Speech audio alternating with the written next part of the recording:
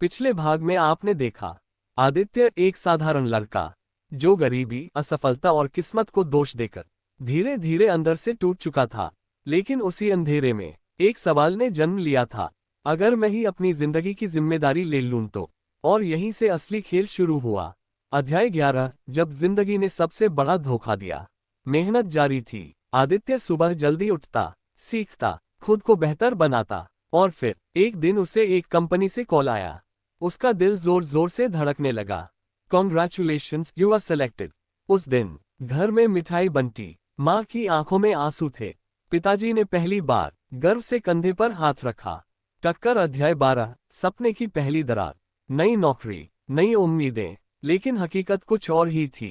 Office में उसका मजाक उड़ाया जाता, सीनियर्स उसे हल्के में लेते, उसकी बातों को कोई सुनता नहीं। आदित्य चुप रहता, क्योंकि उसे नौकरी खोने का डर था। पेंसिव फेस अध्याय 13, आत्मसम्मान की मौत। एक दिन पूरे ऑफिस के सामने उसकी गलती के लिए उसे बेइज्जत किया गया। वह शब्द आज भी उसके कानों में गूंजते हैं, तुम जैसे लोग बस मजदूरी के लिए बने होते हैं। वह कुछ बोल नहीं पाया। उस दिन वह घर आकर देर तक रोया। फायर अध्याय 14, टूटने की आखिरी हद। कुछ हफ्तों बाद उसे नौकरी से निकाल दिया गया। कारण परफॉर्मेंस इश्यूज, लेकिन असली कारण था उसकी कमजोरी। उस रात आदित्य ने खुद से कहा, शायद मैं सच में किसी काम का नहीं हूं। यही वह पल था जहां ज्यादातर लोग जिंदगी से हार मान लेते हैं। अध्याय 15, एक किताब जिसने सोच पलट दी। अगले दिन बेकार घूमते हुए उसके हाथ एक पुरानी किताब लगी। किताब की एक लाइन थी, दुनिया उस इंसान को कुचलती है जो खुद को कमजोर समझता है।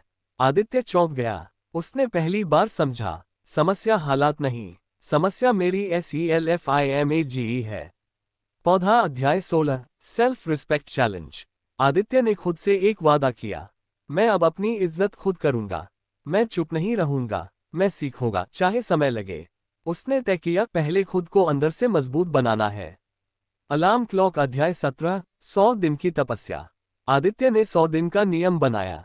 हर दिन 2 घंटे स्किल सीखना, 1 घंटा खुद पर काम, नेगेटिव लोगों से दूरी। शुरुआत में मन रोज हार मानना चाहता था, लेकिन वह खुद से कहता, अगर आज रुक गया तो पूरी जिंदगी रुक जाऊंगा।